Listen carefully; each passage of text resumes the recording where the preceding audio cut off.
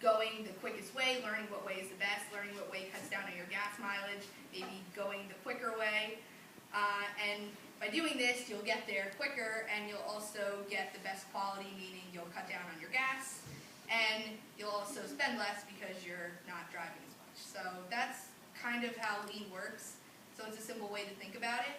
And by thinking about it in simplistic terms, it's a lot easier to think about it when it comes to a manufacturing place or a big time company. So this is the lean house, as they call it. As you can see, there's a base, 2 pillars, and then there's like a top part. The foundation is obviously, as we all know, the most important part to any house or building or structure.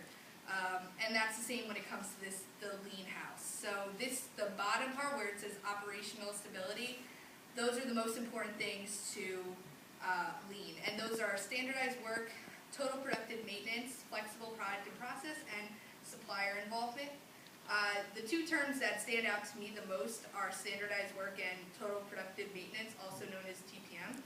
I worked with those the most, and those are the ones that you're going to hear about a lot, especially in industry. And standardized work is just what it sounds like. It's standardizing your work. It's making it so that everyone does the same thing, goes through the same process in order to create a product. Because if you have people doing different steps in a process, there's going to be quality issues, there could be failures, there could be a lot of different problems just from standardizing your work. The best example I have from that was something that happened to us this summer. They started a new product, and some people were greasing the bearings on the product, some people weren't, and it turns out the people that weren't were sending them, they were going onto the fields. It was a cedar type product, and it turns out that when they got onto the fields in the summer, they weren't working. They were breaking down after like 1,000 miles, which isn't a lot for a cedar at all, and especially for a big time farm. And because of this, it was like a $5 million mistake. They had to go and fix them. $5 million is a lot, even though, I mean, it's a lot to us. It's not as much to a company, but it's still something that didn't need to happen, all because of one little thing is standardizing work, one person not greasing a bearing. It's something so simple, and yet people didn't do it, and it was a $5 million mistake. So that's why it's the foundation of all lean, because you can avoid waste by doing that. Total productive maintenance was another thing I worked really close with this summer. It took a lot of time to do. In the simplest terms, it's making sure you do, it's preventative maintenance more than anything, making sure you do something before it goes wrong. So like with a car or with yourself, you go to the doctor every year. You might not be sick, but you go just for a checkup, or you go get your oil changed in your car. It might not be broken, it might not need an oil change, but you get it just so that everything runs smoothly. It's the same thing.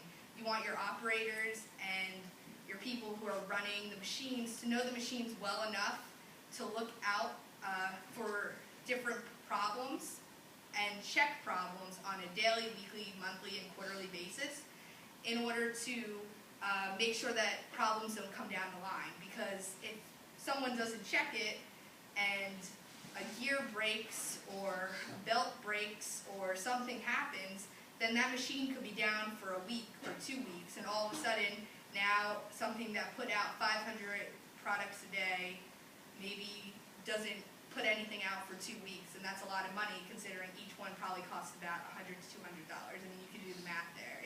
It's a lot of money for something so small as just checking. So that's why we have total productive maintenance, also known as TPM.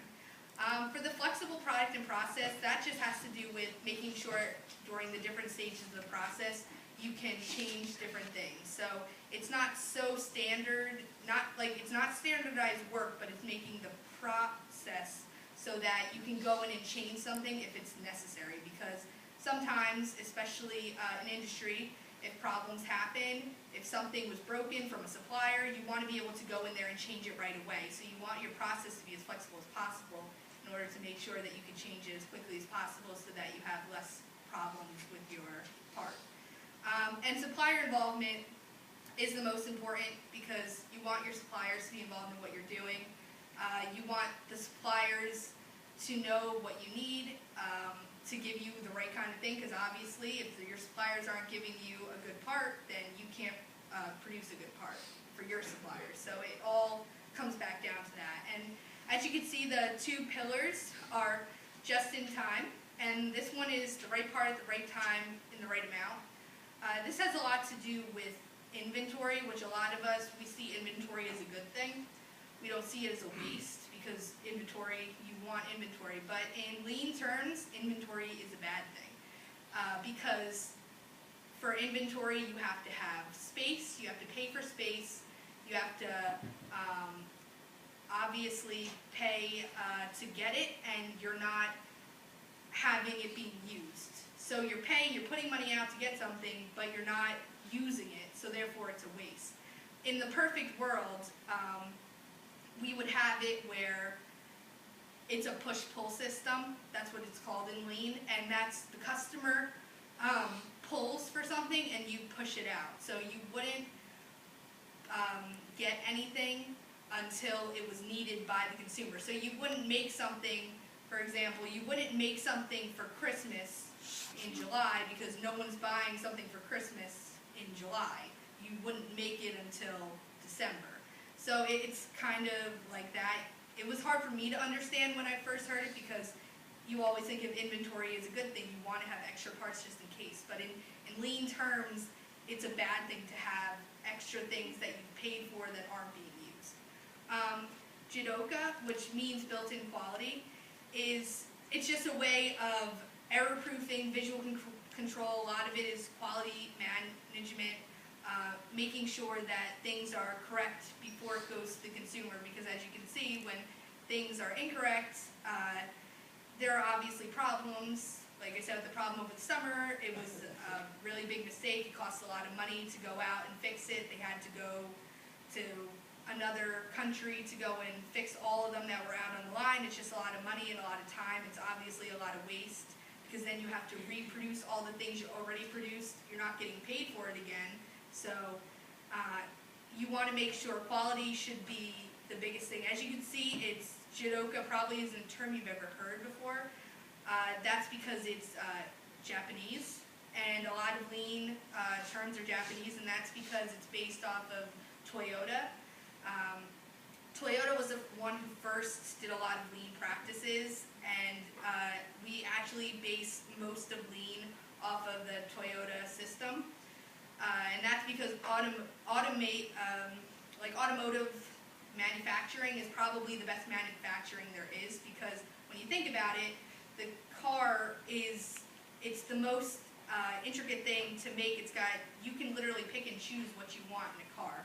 So they have to be able to do that at a moment's notice. You don't get a car in 2 months from when you order it. You get it usually a couple weeks later. So they have such a good system of doing that you can hand pick what you want, and it's to your house within a few weeks. So that's why a lot of these systems are based off of the Toyota approach. And as you can see, the top part says best quality, lowest cost, shortest lead time. And lead time is probably not something you've heard of before. Lead time just means that you want something from when you order it to when you start producing it. So in a perfect world, right when someone clicks order, you would start making it. But obviously you have planning, and you have costs, and you have getting inventory. So you want to shorten the lead time. So you want to be able to have a person order it and get it to them as quickly as possible. So by doing all of this, you will hopefully shorten that time, get the lowest cost and the best quality for your consumer. So these are just some lean terms that